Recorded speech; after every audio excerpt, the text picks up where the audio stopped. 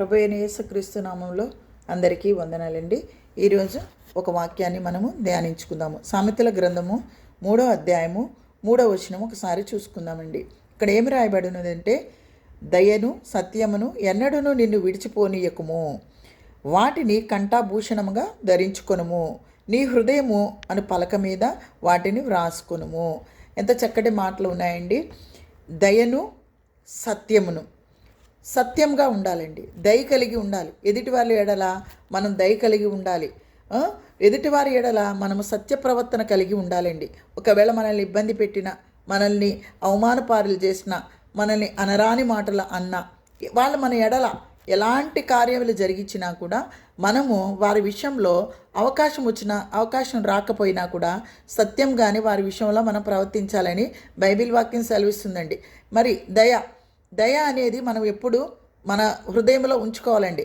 క్రీస్తు ప్రభు వారు ఎప్పుడు దయ ప్రేమ కలిగినటువంటి వారు. ఆయన పేరులోనే ఉంది అండి, కరుణామయుడు అని అంటారు క్రీస్తు ప్రభుని. అలాంటి ఆయన ధరించుకొని, ఆయన నమ్ముకొని మనము ఎదుటివారి ఎడల ఎలా ఉంటున్నాం, ఎదుటివారి ఎలా ప్రేమ కలిగి ఉంటున్నామా, దయ కలిగి ఉంటున్నామా? ఎదుటివారి ఎడల దయ కలిగి ఉండాలండి. దయ కలిగి ఉండడం అంటే ఏంటంటే, వాళ్ళ యొక్క దీనస్థితిలో వాళ్ళని ఆదుకోవాలండి, వాళ్ళని ఆదరించాలి, వాళ్ళకి ఆదరణ కలిగినటువంటి మాటలు చెప్పాలి.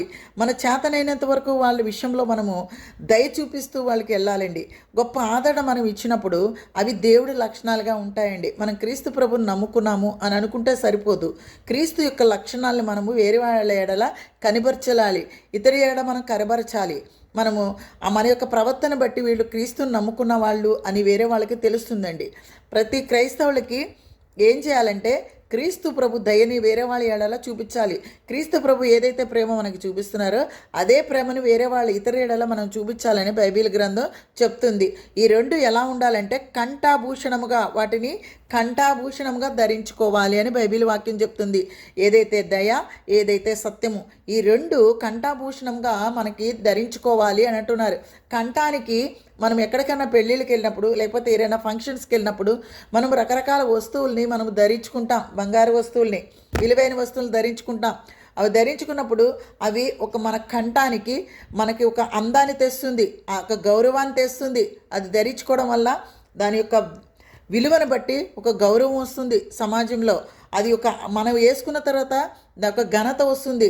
అది మనం దాన్ని ధరించుకున్నప్పుడు ఒక అందం కూడా వస్తుంది. ఇన్ని ఒకే కంఠాభూషణము, ఒక వస్తువుని మనం ధరించినప్పుడు మనకి ఘనత వస్తుంది, గౌరవం వస్తుంది, అందం కూడా వస్తుందండి. అలాగా ఒక కంఠాభూషణం ధరించుకుంటే మనకి ఇవన్నీ ఎలా వస్తాయో బైబిల్ వాక్యంలో ఏముందంటే, దయను సత్యమును, ఎప్పుడు సత్యమే పలకాలండి. ఎదుటివారితో సత్యమే చెప్పాలి. దానివల్ల ఎలాంటి పరిణామాలు మనకు వచ్చినా కూడా సత్యమే చెప్పాలి.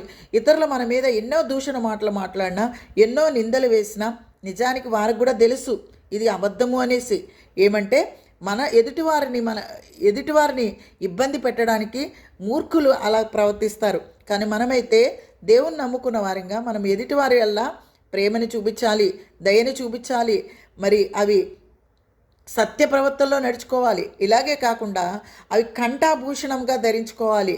కంఠాభూషణంకి ఒక వస్తువుని మనం ధరించుకున్నప్పుడు, భూషణము అంటే ఒక వజ్రంతో పోల్చబడినది, వజ్రాలతో పొదగబడినటువంటి ఒక హారముగా, నవరత్నాలతో పొగడినటువంటి వజ్ర వైడూర్యాలతో పొదగబడినటువంటి ఒక హారంగా మనం ధరించుకోవాలి. ధరించుకున్నప్పుడు దాన్ని ఎంత జాగ్రత్తగా చూసుకుంటామో, ఎదుటి వాళ్ళకి అది ధరించిన వాళ్ళకి ఎదుటి వాళ్ళతోటి ఎంత ఘనత వస్తుందో అంత ఘనత వస్తుందని బైబిల్ వాక్యంలో చెప్పబడుతుందండి. ఈ యొక్క మనము ఎదుటి వాళ్ళ వల్ల ఎలా ఉంటున్నాము, ఎలాంటి ప్రవర్తన కలిగి ఉంటున్నాము అనేది ఇక్కడ మనము దేవుని నమ్ముకున్న వారుగా మనం ప్రోచన వేసుకోవాలి. ఎదుటి వాళ్ళు మనం బాధించారా, మనం ఏం చేయాలి? తిరిగి మనం వాళ్ళని బాధించకూడదు. ఎదుటి వాళ్ళు మనల్ని ఇబ్బంది పెట్టారా, మనం ఎదుటి వాళ్ళని ఇబ్బంది పెట్టకూడదు. బైబిల్ వాక్యం ఇది చెప్తుంది, దయగా ఉండాలి. ఇప్పుడు ఎవరికైనా నీ సహోదరుడికి ఏమన్నా లేదనుకోండి, సహోదరుడా నీకు అది లేదు కదా, వెళ్ళి కొనుక్కొని తెచ్చుకొని తిను అని చెప్పకూడదు. నీ దగ్గర ఉన్న దాంట్లో నీ సహోదరుడికి ఇవ్వాలని బైబిల్ వాక్యం చెప్తుంది. అలా మీరు ఇస్తే కనుక సాక్షాత్తు దేవుడికే ఇచ్చినట్టు. దేవుడికే ఇచ్చినట్టు చెప్తున్నాడు. మిక్కిలి అల్పమే నీ సహోదరుల్లో మీరు నాకు చేస్తే నాకు చేసినట్టే అని బైబిల్ వాక్యంలో చెప్పబడుతుంది. అందుకే మనము క్రియారూపంలో చేయాలి. అయ్యో పాపము మీకు ఇది లేదా, అవునా, వెళ్ళి తెచ్చుకోండి. ఈ మాటల వల్ల వేరే వాళ్ళకి ఏం ప్రయోజనం ఉండదు.